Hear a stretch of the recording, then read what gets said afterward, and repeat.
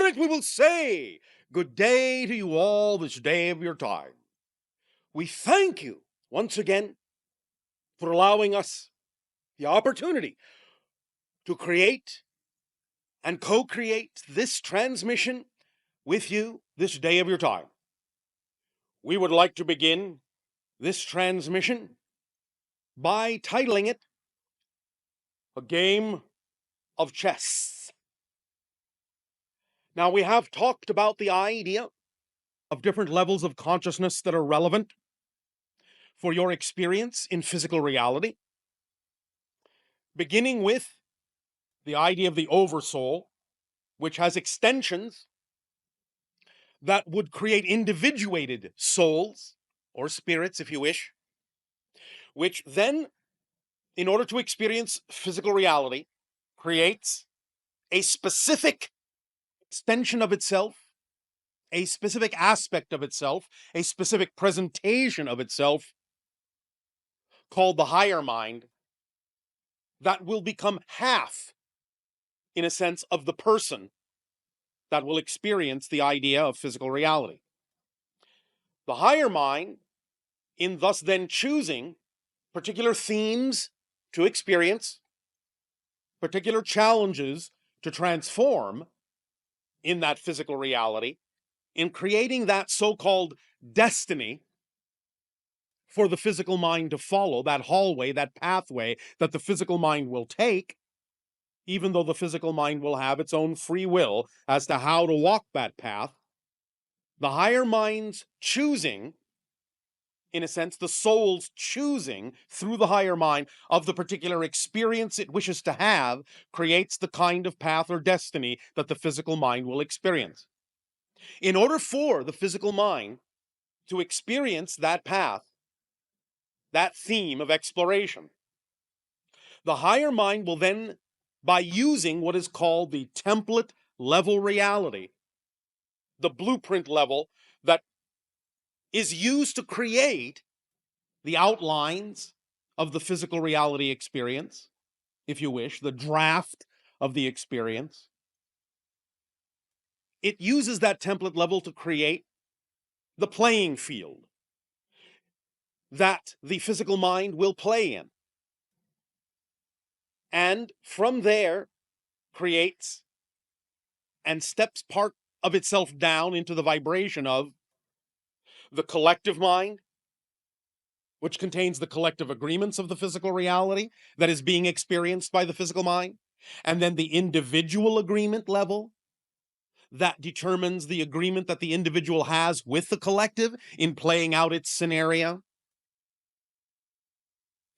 and thus then down into the components of the physical mind itself, the belief systems, the emotions, the thoughts, that together create the behaviors that are representative of the physical persona, the physical personality, that becomes the other half of the whole person, being constructed of the physical mind and the higher mind, with all these intervening layers creating the playing field and the individual and collective agreements that the physical mind will use to explore the theme that the higher mind has chosen.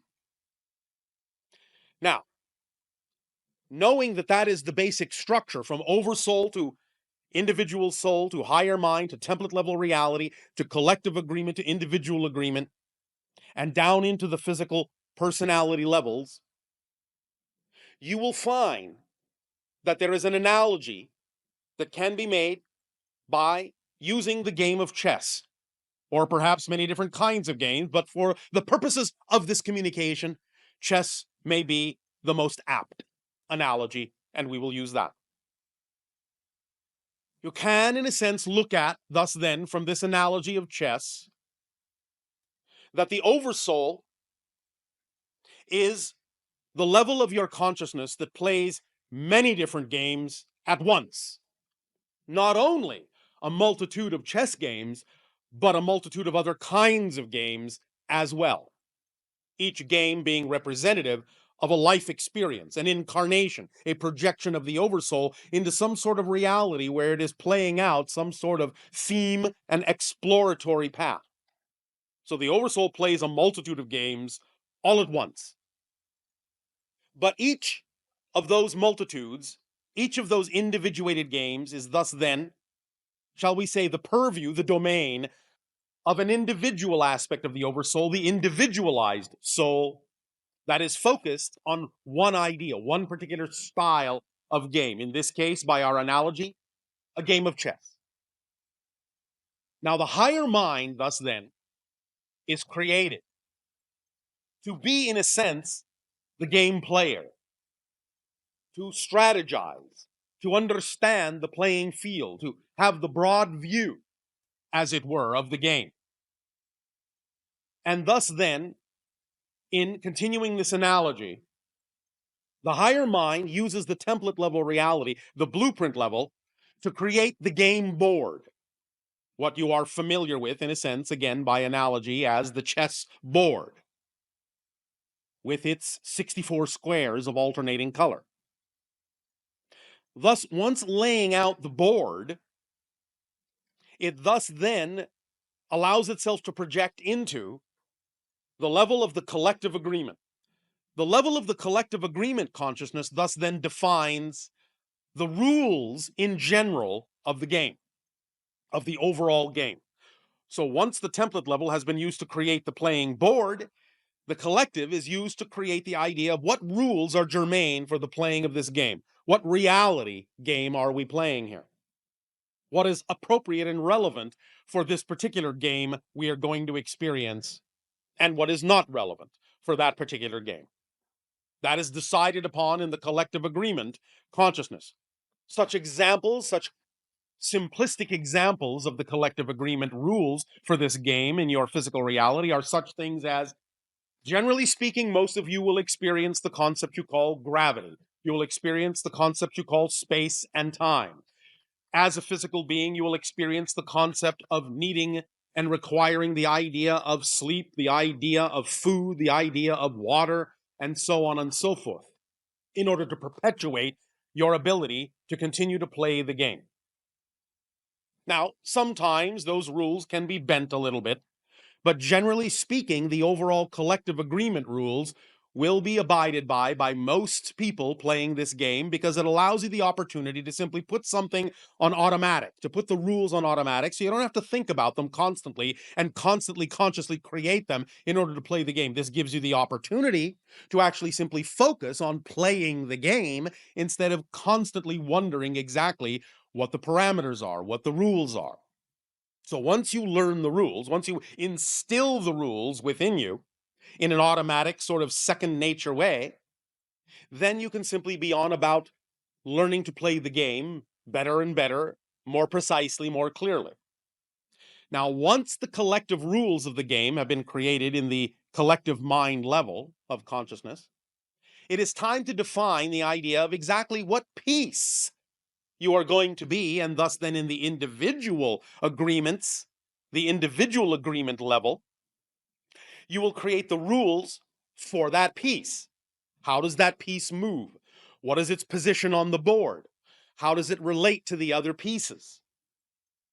This thus then is created for the individual on that level of the why and wherefore, the concept of what you are as a playing piece, what skills, talents, abilities that you have to give to the game, your ability to view your relationship to other playing pieces is created in this individual agreement level as it relates to the collective agreement, so that you will understand exactly how you fit in the game, where you belong in the game, how it is you will move in the game, so that you can take full advantage.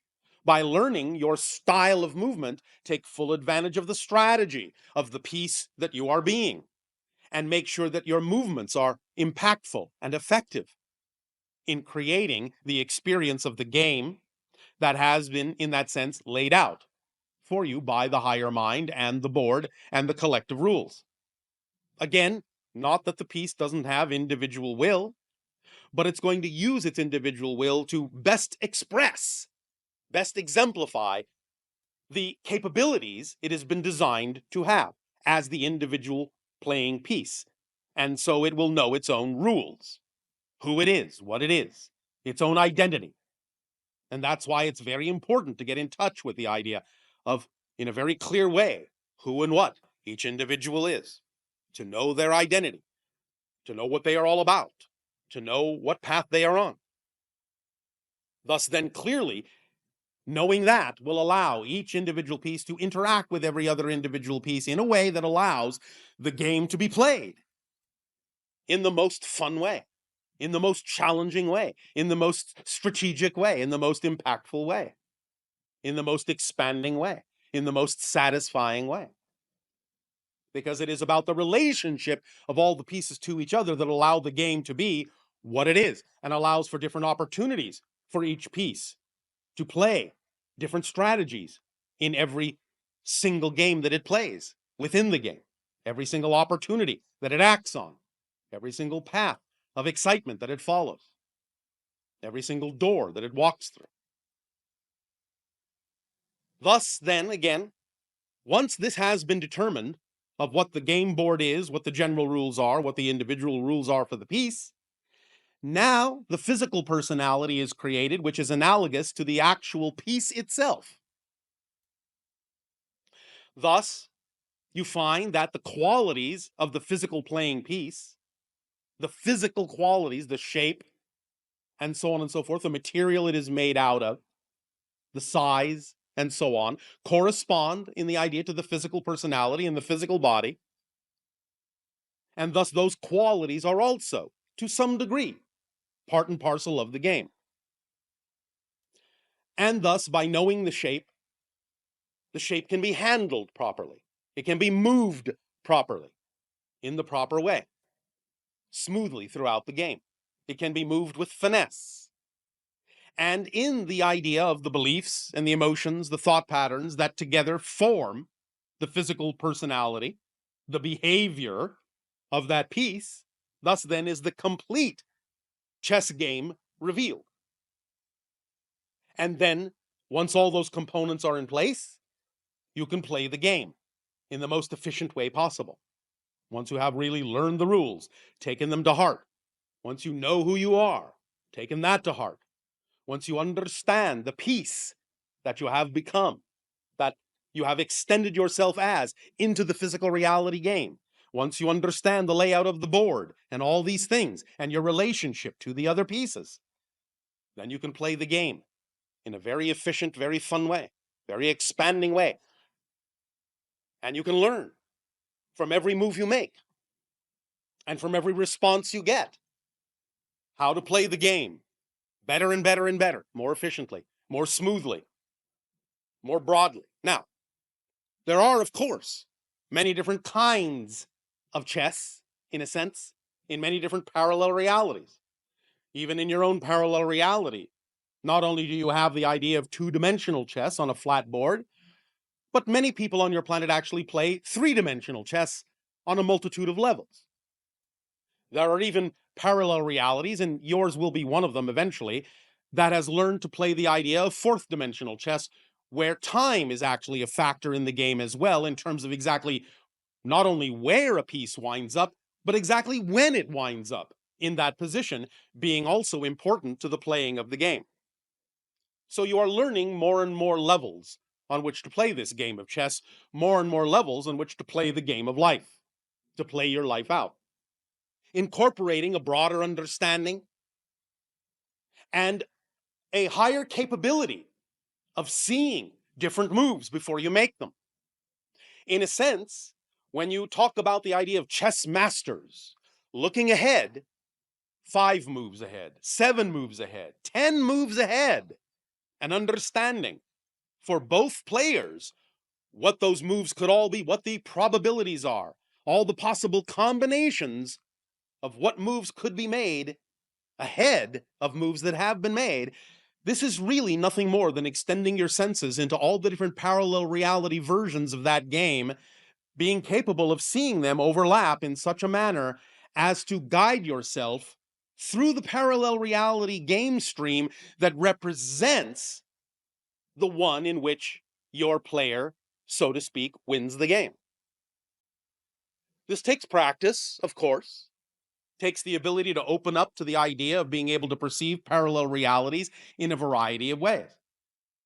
And again, this is analogous to some of what you are doing in your physical reality now by becoming, first of all, aware that there are, of course, such things as parallel realities, parallel games going on that perhaps other versions of you are playing. And thus knowing that since everything exists in the now, you have the ability to cross connect to many of these other incarnations and become aware of the interconnected energy and information that can be downloaded from these other games going on in ways that, by observing the moves in some of these parallel reality chess games and games of life, you can apply some of these moves to your own game and thus shift yourself to one of those parallel realities, become the player, become the focus of the player in that parallel reality that is more and more indicative, more and more representative, if you will, of the game that you prefer to play. Now, many people on your planet become enamored, become fixated and focused on the idea of knowing about all these other parallel incarnations, parallel realities. And the idea is that it's all well and good to know about them, but to a certain point. Because once you allow yourself to understand how to download that information in the most efficient and relevant way, you will realize that you really only need a little bit of information here and a little bit of information there, just exactly when you need it to help you with the next move that you're going to make on the game board. You don't really need all the information at once. You don't really necessarily need to connect to every single parallel reality version of the game at once, or even ever. The idea would be that if you are playing one game of chess and you have developed some capability to look several moves ahead, in other words, to examine a number of parallel reality versions of the game all at once, and you have decided on what course to shift to that is representative of the game you prefer to play, that's all well and good. But if you take it a little bit too far for its own sake, just for the sake of being aware of other versions of the game that may not necessarily be relevant to the game that you really truly need to play, that you really truly prefer to play, then you will simply clutter up the game board to such an extent that you won't have any capability of making any moves at all. So the idea is to keep it simple, keep it streamlined, keep it efficient, and only allow yourself to know that what is necessary is all you really need to know at any given moment, even as you extend your senses into a variety of parallel games. Allow the synchronicity in your life, allow the way in which the game unfolds naturally to show you, to demonstrate to you exactly how many moves ahead you really need to see, how many different versions of the game you really need to be aware of at any given moment. Let it fall into place automatically, naturally, in such a manner as to be representative and reflective of the game that is truly your game. Because when you are truly playing your game, then you will find that the outcome of that game will always be satisfactory for you, regardless of who else you may be playing with. Because as these things go, even though different people may be playing on the same game board and each playing their own game, you're not really playing against each other. You are playing your own game, and in some senses with each other, but each of you actually has the capacity to win your own game at the same time. So let the synchronicity simply show you the moves that need to be made that are truly representative of your game. Don't worry about what someone else's game is all about, because those moves are only relevant for their game and not yours. And let the game unfold in the most natural way possible. Now, again, many people may get fixated on the idea of looking at other games and other incarnations and want to know all about all of them all at once. But again, it would be like playing a game of chess and somebody comes along and says, well, here's another set of pieces. Let me put them on the board too. And here's another set of pieces. Let me put them on the board too. Pretty soon you'll not be able to make a move because all the squares will be filled with pieces and there'll be nowhere to go. And even more so, recognize that your Oversoul and all these different incarnational games being played are not only just games of chess. Some of them are games of checkers, cards, and other types of game. And so To ask for more information than you need would again be like someone not only coming along and placing 3 sets of chess pieces on the board, but also dumping a lot of checkers on the board, dumping a bunch of cards on the board, and saying, now go ahead and play. You wouldn't know where to begin. It would just be a mess, a pile on top of the board. In fact, you wouldn't even be able to see the board anymore. So keep it simple, keep it streamlined. Play just the number of moves ahead that are really germane for you. Allow yourself to extend your senses by all means into the parallel realities that will allow you to download whatever information will give you the opportunity to decide which game, which parallel stream of games you really wish to shift to. But don't extend yourself too far. Stay in the present with the game and allow whatever information comes to you to be what information you need at that moment. And play it well. Play well with the information you have. Play well as the piece you already are. Learn that. Master that piece. And you will have mastered the entire game.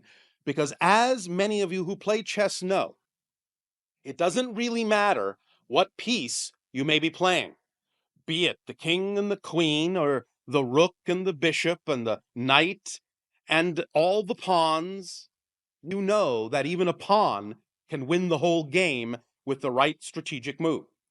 So it doesn't matter what piece you are playing. If you play it well and master that piece, and look at the whole picture of the game and see how that piece fits in whatever game is representative of your relevant path, you will know that any piece that you happen to be is capable of winning the game. And you don't necessarily have to strive to be anything more than you are. Now, conversely, in the idea that a pawn can actually win a game, you can understand holographically that each piece actually has the capability to some extent to enclose and contain and represent the abilities of all the other pieces, at least where it counts, in terms of the idea of whatever the final configuration is of that particular game you are playing within the overall game. So never discount the piece, never think less of a pawn. A pawn can also function like a king in the right circumstances of the game. Allow yourself to see the whole picture.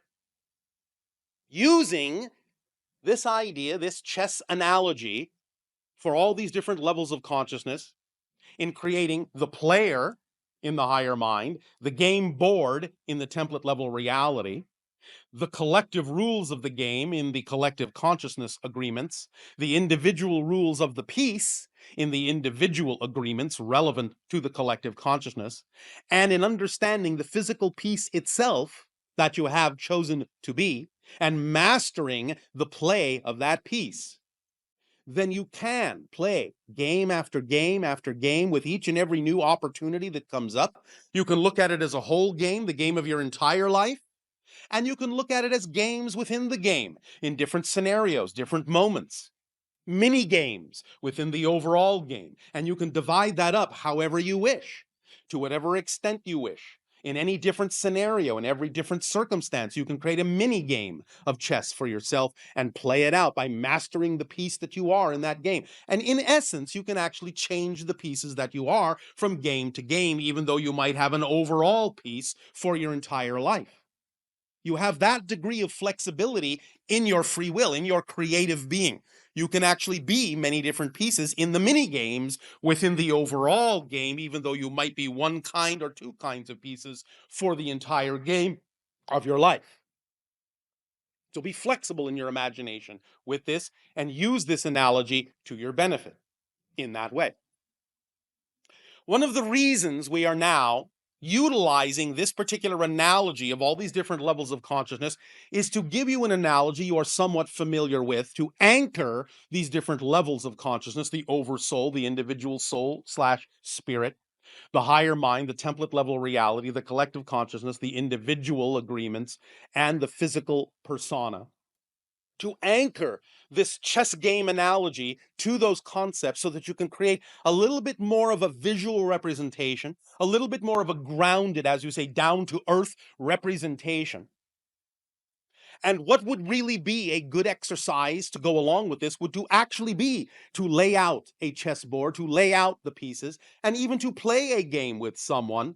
And in playing that game, really understand, really begin to feel all the different layers behind you, above you, that are creating this whole scenario, all the way up to the oversoul that is playing many games at once, to the individual soul that has chosen to play chess in this way, to the higher mind that has chosen to be the chess player, the strategist, to the actual template reality game board you see before you that is being created as your blueprint to play this game out as you play on the field of life, the board of life, to the idea of the general rules that you understand for playing the whole game, to the idea of the specific rules you understand for playing your particular pieces one at a time as you play the game and each of the rules that go with them, and to the physicalness of each piece, the size, the shape, the weight, the color, the material, how it feels in your hand when you move it, how it relates to the other pieces, not only your own, but also the other players.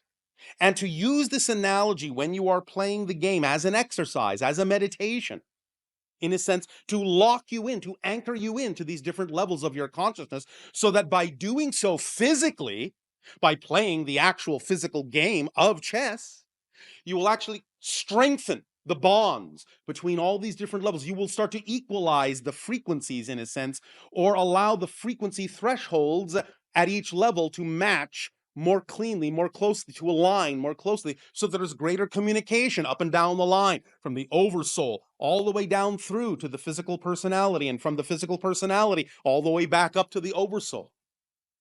So that thus then, as you play this physical game of chess, literally, you are also strengthening your ability to see your position in the game of life, and strengthening your ability to use your talents and express yourself strategically, efficiently, in a relevant way, in relation to all other pieces, in a way that works best for you and works best for all the other pieces as well, in playing out certain games.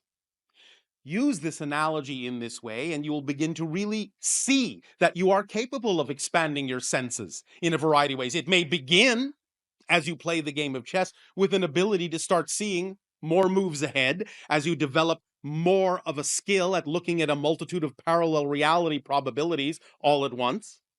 But as you develop that, as you begin to master that ability, you will see that that will start to leak, because you know of the connections through the idea of the levels of consciousness. It will start to leak and rub off on those different levels back up the line in such a way as to allow you the opportunity to experience the same kind of foresight, the same kind of expanded view that the higher mind has in playing this game in your life, in all your endeavors.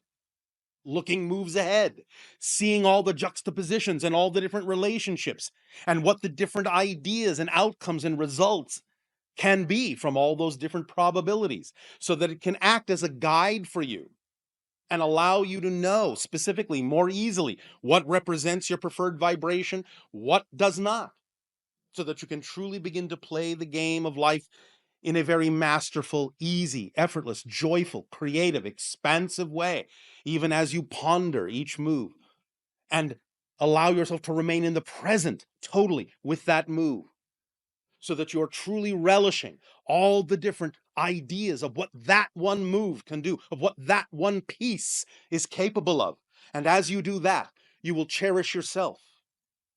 You will appreciate yourself. You will understand what you truly are at your core.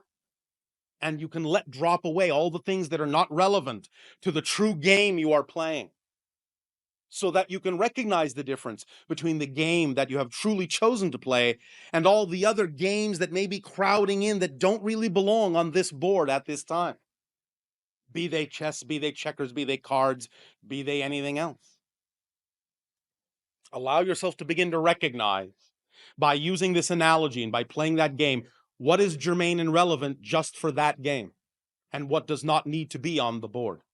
You will simplify not only the game, you will simplify and speed up and accelerate your ability to go through the game that much more efficiently, that much more quickly, and get on to the next game and the next and the next and the next within the overall game of your life. And this again will leak into your true life and allow you to operate more efficiently, more cleanly, in an accelerated way, knowing exactly what to do, when to do it, understanding the moves, understanding the consequences of those moves, understanding how everything is interconnected in that way as one game. You'll start to see, in a sense, with X-ray vision, the idea of the multitude of probable realities that are open and available to you to become different versions of yourself as you shift from parallel world to parallel world, from game to game to game. And the whole game will start to change, even as the mini games change within it. And you can shift more radically, more drastically, more smoothly, more efficiently, more completely. So, we offer you this opportunity of using this analogy to allow it to be something that will help you align in a variety of ways to focus you and yet expand you, seeing the big picture, all the probabilities, at the same time that you are understanding each individual move, to work in that holographic, coherent, and cohesive way in your life. Let it leak in.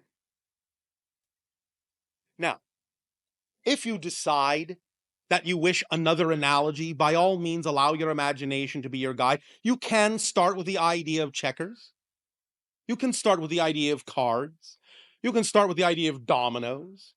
You can start with the idea of Chinese checkers. You can start with the idea of Go. You can start with the idea of Mahjong, or any of your games. It doesn't really much matter. We have chosen the analogy of chess because of its precision and because of the ability of the different pieces to be strongly representative of many of the different traits that actually exist within some of the choices that you make. The different levels, the different classifications of ideas, of playing pieces, and what they are capable of doing, and how they are capable of moving, and how they are viewed in relation to the other pieces. Chess, in many ways, has many different kinds of complex interactive probabilities. And we have chosen it for that reason because, in many ways, it is highly representative of the same degree of relevant complexities, shall we say, and richness of texture that exist in the choices that you give yourself in physical reality. And so it is a very workable analogy for that purpose, and has direct correlation and connection to many of the different levels that we have talked about in the idea of your consciousness that is relevant for how you create and experience your physical reality. But use what you wish. It's up to you. While at the same time, if you can learn to master chess using this analogy, it will be a little bit more of a refined and a little bit more of a precise way of connecting to some of those levels than checkers might be or cards might be. It's up to you, though, because you can use your imagination to find the richness and complexity that is required to make the analogous connections to the different levels of consciousness as it relates to the game that you have chosen. It is up to you. But the higher mind is the game player. The physical mind is the playing piece. But that doesn't mean in the negative context that you are the higher mind's pawn, except in the idea we have already shared with you that a pawn can also contain the power of a king. And it is up to you to allow yourself to know that that power is there, and to choose the succession of parallel reality games, whatever piece you choose to be, that allows you to find that ability to be at exactly the right position, the right place, the right time, to be played in the correct way, to demonstrate that any piece on the board can win the game. Find that power. Be that piece. Master that game. And play. Play freely. Expand your ability to play, to see more than one game at once, and to choose which you prefer.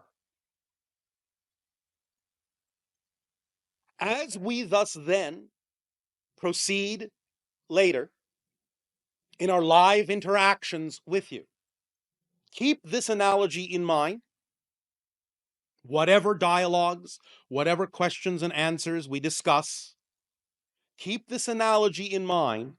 Allow yourself to apply this concept to the questions you may have or the things you may wish to share, so as to bring clarity and to bring connection to those different levels of consciousness in these dialogues to help propel you forward and expand your senses and give you more of an ability, more of a skill to become a chess master and understand all the rules of the game very clearly within yourself, so that you will know what game you are playing and what game you truly prefer to play. And you will learn the difference. We will extend to you at this time our deepest appreciation for allowing us to share this concept with you. More of this concept will come out in the dialogues we will have in the live interaction. But for now, we wish to aid and assist you by letting this concept sink in, by imagining now, if you will, for a moment, this chessboard with its 64 alternating squares, and imagine, if you will, the playing pieces on that board, and understand that these playing pieces are made out of your energy. They are you. And allow yourself to examine from both sides all the playing pieces facing each other, the white and the black, whatever the opposite color may be. Start looking at both sides of the game, because only by understanding the other side as well will you be able to play your best game. You cannot really win by playing against the other side, but you will win when you learn how to play in alignment with the moves that the other side is making, in such a way, like what you call a martial art, that you match that energy, match that movement, match that frequency so precisely, so perfectly, so masterfully, that it requires hardly any effort at all to position your piece in the winning position. It's really learning about who the other player is and what all the other pieces are attempting to do that allows you to play your best game. Even though in some senses on Earth, as you do these things, it may seem to be adversarial, you may think of the other player as an opponent, but they are not. They're another aspect of you. And the pieces that are facing you, coming toward you, coming your way across the board from the other side, in many ways are your pieces too. Polarity is also expressed in this game. And it is very, very wise and very efficient way to play the game of chess to fully understand exactly all the probabilities of the other pieces coming toward you as well. For only understanding the polarity, only fully understanding the potential of all the pieces on the other side, their perspective, their point of view, that they also bring to the game, that both of you, in a sense, can win. And this is another type of chess altogether. A fifth dimensional type of chess, where every player actually wins simultaneously. There is a way to actually play the game that way, with that outcome. And we will get into that another time. But keep that in mind. For it's a total game, and all the pieces are reflections. And you are simply playing yourself.